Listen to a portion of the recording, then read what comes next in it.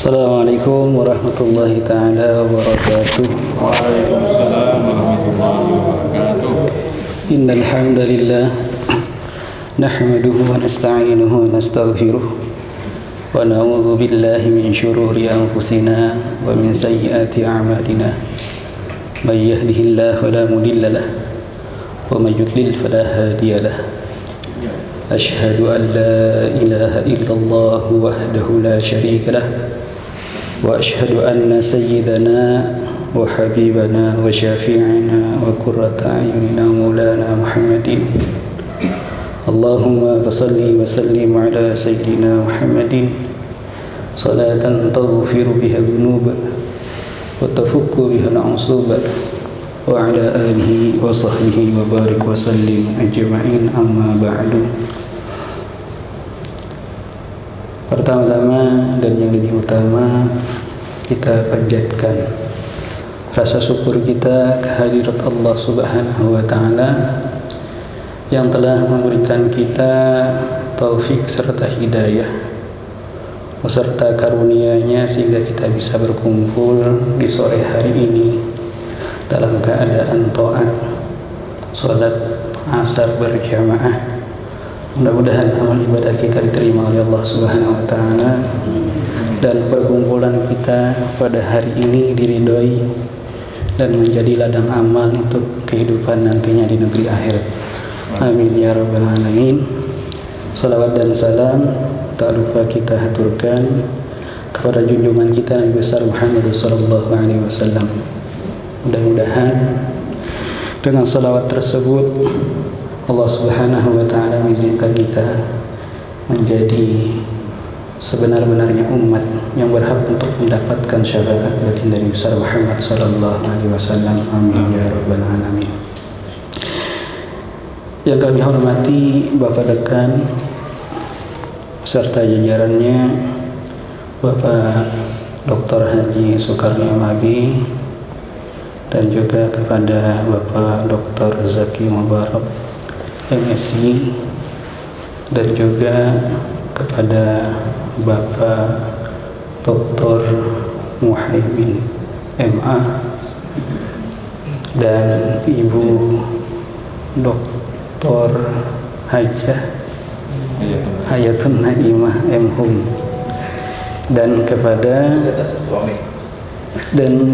suami beliau dan mudah-mudahan selalu dalam keadaan sehat walafiat. Dan juga yang saya hormati serta muliakan kepada yang terhormat khususan pada guru besar Fakultas Ekonomi dan Bisnis Islam Profesor Dr. Kiai Haji Ahmad Fauzi Asri MA, dan juga kepada Kabak Wakil Kasubag Mikwa dan alumni, dan juga kepada Bapak Kasubag Keuangan, Administrasi Umum dan Keuangan, dan kepada rekan-rekan sekalian, para dosen dan tenaga teknik PNS maupun yang bukan PNS. Mudah-mudahan semuanya dalam keadaan sehat walafiat dan selalu diberkahi umurnya. Amin ya rabbal alamin. Masyarul hadirin wal hadirat rahimakumullah. Ulun sebenarnya ingin menceritakan terkait dengan tulisan ulun terkait dengan perilaku ekonomi dan keberagamaan komunitas pedagang Banjar. Ya. Respect bukan? Bukan. Orang Banjar. Nah, perspektif sufistik. Nah, jadi sangat menarik ya, apa yang telah kita ambil teori daripada Max Weber, ya kan? Beliau menyatakan bahwasanya agama memberikan implikasi kepada pemikiran agama itu sendiri dan ekonomi. Nah, kemudian dari pendapat inilah kita bisa menggali lebih mendalam bahwasanya ada eksistensi ya terkait dengan komunitas pedagang Banjar yang memiliki keterkaitan antara agama dan ekonomi. Jadi sangat unik untuk dikaji bahwasanya orang Banjar ini dikenal dengan masyarakat yang religius dan agamis, tentunya tidak terlepas dengan paham mistik ekonomi. Dia memahami betul tentang bagaimana cara berekonomi dengan baik dan benar. Dan memang para ilmuwan-ilmuwan barat pun mengakui bahwa ekonom dari kalangan umat muslim itu sendiri unggul dibandingkan para ekonom ini ada di barat. Ya. Kenapa? Karena dia memiliki patokan aturan dan konsep yang jelas dan faktual serta sulit untuk berubah. Dia bersandarkan atau berpedoman pada Al-Quran dan Sunnah. Ini menjadi landasan kenapa munculnya ketertarikan para ekonom untuk mempelajari hukum syariah, baik itu secara internasional maupun nasional di kalangan kita. Sehingga mungkin dari temuan-temuan yang ditemukan oleh peneliti bahwasanya sangat cocok sekali ya bahwa landasan hukum di dalam Islam itu sangat cocok dan matching dengan aktivitas keekonomian di dalam memajukan perekonomian itu sendiri. Ini luar biasa. Nah, yang sangat tertantang bagi kami itu ketika melihat fenomena yang ada di wilayah Banjar, terutama yang ada di kota Banjarmasin. Kita sudah lakukan sebuah penelitian yang berkaitan dengan perilaku ekonominya. Jadi perilaku ekonomi dan peran pentingnya itu tergantung dari tingkat keberagamaan seseorang. Nah, di sini dia bisa jujur dan bisa semangat, nilai etos kerjanya itu meningkat karena sebab ada dimensi lain daripada unsur ekonomi menurut teori yang digali oleh para ilmuwan atau para ekonom. Nah, Islam itu masuk lebih awal di dalam kajian ilmu ekonomi, sehingga ekonomi itu bagian daripada disiplin ilmu keislaman itu sendiri. Bagaimana upaya untuk memenuhi kebutuhan hidup, tidak tergantung dengan orang lain. Namun dimensi ruhani terkait dengan interaksi antara jiwa dan ruh itu selalu digalakkan. Contoh yang pertama adalah peran doa. Ketika dia mau melaksanakan atau menjalankan sebuah perekonomian, itu tidak terlepas. Di antaranya ketika kita melakukan sebuah penelitian, bahwasanya orang Banjar itu ketika mau berangkat kerja maupun sudah sampai di tempat kerja, dia menyempatkan diri untuk berinteraksi dengan Tuhannya melalui media sholat. Di antaranya adalah sholat duha. Dia tidak terlepas. Itu sudah kita gali, baik itu datanya melalui wawancara para pedagang. Dan lebih unik lagi, tradisi di dalam perekonomian yang ada pada perilaku orang Banjar itu sendiri, dia memiliki paham terkait dengan mistik. Bahwasanya sesuatu baik itu berupa benda maupun media lain itu bisa membawa berkah. Itu kebiasaan atau menjadi tradisi pada orang Banjar. Contohnya dia memasang foto tuan guru atau para ulama. Tidak sedikit sekali toko-toko atau para pedagang itu menaruh foto-foto para ulama. Ketika ditanya, apakah Anda percaya bahwasanya foto tersebut bisa menarik rezeki? Namun yang dia jawab adalah ini sebagai wasilah, kata beliau. Wasilah sebagai pembawa berkah. Paling tidak secara logika orang yang ketujuh dengan foto tersebut maka akan menghampiri tempat berdagangnya. Terutama orang-orang yang memiliki sifat fanatik terhadap sosok para ulama. Itu luar biasa dari kalangan orang Banjar.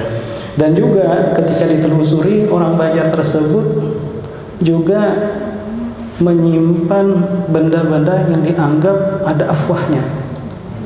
Nah, seperti azimat atau tulisan dari tuan guru atau penggalan ayat-ayat Al-Quran kemudian ditaruh di mejanya atau di tempat kasir. Nah, itu secara faktual di lapangan begitu. Ya. Namun senjata orang Banjar, kenapa dia sangat giat untuk melakukan sebuah bisnis perdagangan, terutama yang ada di pasar. Ternyata senjatanya adalah dia juga penganut atau pengamal amalan dalail. Nah, dalail itu dianggap senjatanya orang Banjar, karena di dalam dalail tersebut ada keberkahan tersendiri bagi pengamalnya. Nah, catatan ini kemudian berlanjut ketika ditelusuri sumbernya dari mana. Ternyata orang Banjar itu rata-rata pedagang suksesnya memiliki relasi kuat terhadap ulama. Tentunya ulama yang bisa membimbing rohani para pedagang itu sendiri. Ya, tidak sedikit ketika membuka toko konsultasi terlebih dahulu kepada ulama. Bahasa Banjarnya tuh ulun bagusnya pedagang apa guru. Nah, ikam cocoknya melihat bang ngaranikam siapa, kemudian modal pian berapa, kemudian kira-kira pian mujoknya pedagang konveksi. Nah, kemudian ini ada yang pedagang bubur, cocok kayaknya. Nah, kayak itu. Biasanya orang Banjar itu yakin ya apa yang dikatakan oleh tuan guru tersebut. Kemudian selain itu betakun orang Banjar tersebut kapan hari baik untuk membuka toko. Nah, itu. Kalau bisa ujar orang wah ini minta banyu guru. Itu andalannya supaya itu hanya guru.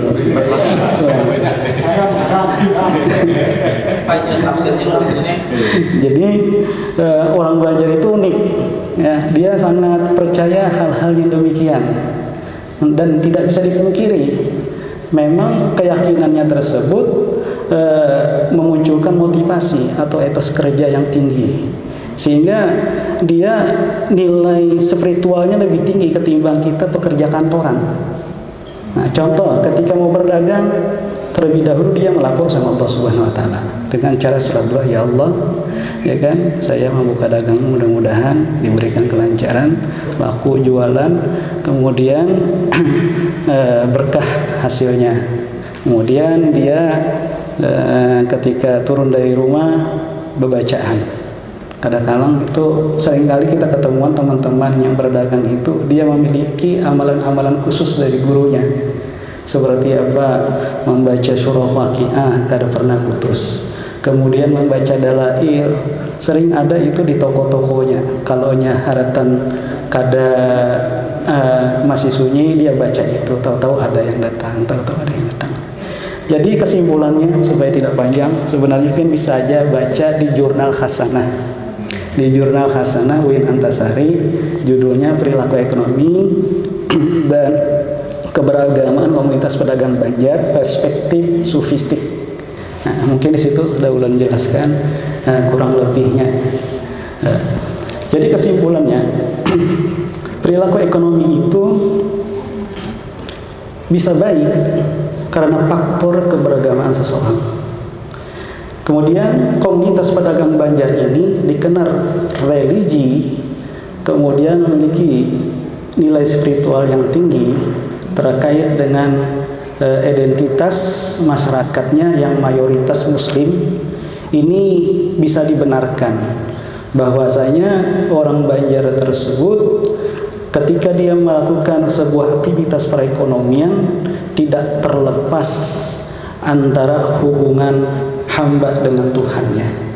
Secara horizontal dan vertikal pun dia lakukan untuk meraih kesuksesan.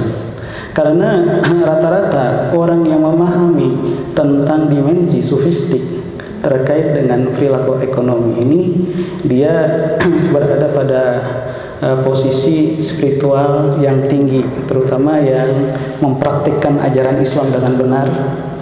Tentunya akan menggiring dia, akan memahami kebutuhan rohani dan kebutuhan jasmani. Kebutuhan rohani bisa kita pahami bersama bahwa istilahnya kebutuhan rohani itu adalah kebutuhan secara esoteris, ya, yang tidak bisa nampak. Apa yang kita rasakan seperti melihat pian-pian berataan, tapi interaksi ini lebih intens kepada Tuhan. Nah, kemudian secara eksoteris pun orang-orang Banjar ini, ya, yang memiliki paham sufistik atau ajaran tasawuf dengan benar, dia memang interaksi secara sosial pun dia tidak tinggalkan, karena dua pokok pelaksanaan perekonomian itu bisa maju dan berhasil jikalau bisa mengawinkan antara doa, usaha, dan ikhtiar. Jadi doa selalu dilanjutkan, kemudian usaha ikhtiar pun harus dijalankan, karena tujuan hidup itu sendiri adalah untuk memenuhi kehidupan nantinya di akhirat. Sedangkan tujuan yang sering salah kaprah itu yang kita pahami adalah kita berupaya untuk memenuhi kebutuhan hidup, namun tidak memikirkan betapa pentingnya kita harus memenuhi tujuan hidup.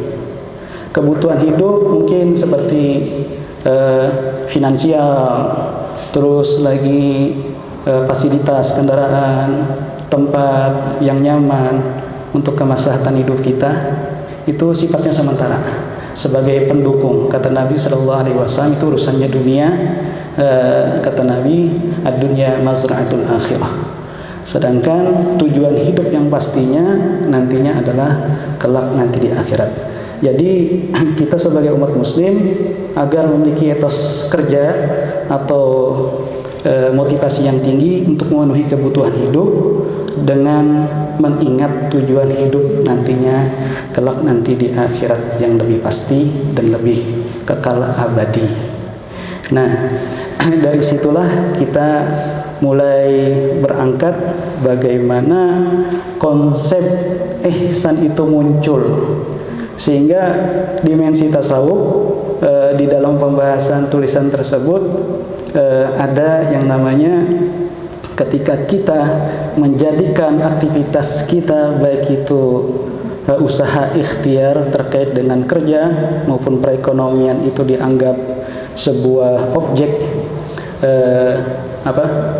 ibadah, maka tentunya amal ibadah kita itu jangan kita lupa terhadap siapa yang bisa membuat kita itu bisa bergerak untuk melaksanakan ibadah tersebut. Disinilah konsep ihsan itu berlaku. Mungkin hubungan pian berataan di dalam agama ada yang disebut dengan rukun. Pertama rukun iman, yang kedua rukun Islam, yang ketiga ihsan. Ihsan tersebutlah bagi para pelaku ekonomi sangat terbantu dengan konsep tersebut, yaitu yang dinamakan dengan ihsan, anta'budallah ka'annaka tarahu fa in lam takun tarahu fa innahu yaraka. Jadi setiap aktivitas kita merasa bahwasanya kita melihat dengan Tuhan kita. Jika tidak mampu, pastilah kita tidak mampu, maka rasakan bahwasanya aktivitas kita itu dilihat oleh Tuhan kita. Nah, dengan ada konsep inilah, konsep ihsan ini, insya Allah di dalam aktivitas kehidupan kita sehari-hari diberikan keikhlasan oleh Allah Subhanahu wa taala, dan insya Allah juga apapun kata seorang ulama yang bergelar profesor honoris causa di Kota Malang itu, kata beliau, semuanya itu atas dasar ilmu. Kemudian ilmu tidak akan bermanfaat kecuali dengan diamalkan. Dan amal pun akan sia-sia jikalau tidak atas dasar ikhlas. Dan ikhlas tersebutlah yang akan memunculkan nur ilahi, cahaya yang akan membuka tabir antara hamba dengan Tuhannya, sehingga merasakan di dalam hatinya bahwasanya dia selalu dipantau, segala aktivitasnya selalu didengar oleh Tuhannya. Sebagaimana al-ilmu yahtaju ila al-amal, al-amalu yahtaju ila al-ikhlas, wal ikhlasu yahtaju ila nur. Kira-kira itu yang bisa saya sampaikan. Mudah-mudahan ada manfaatnya. Salah khilaf mohon maaf. Mudah-mudahan pertemuan kita ini diberkahi dan diridhoi oleh Allah Subhanahu wa taala, dan mudah-mudahan terus berlanjut. Lun akhiri wabillahi taufiq wal hidayah wal afu minkum. Wassalamualaikum warahmatullahi taala wabarakatuh.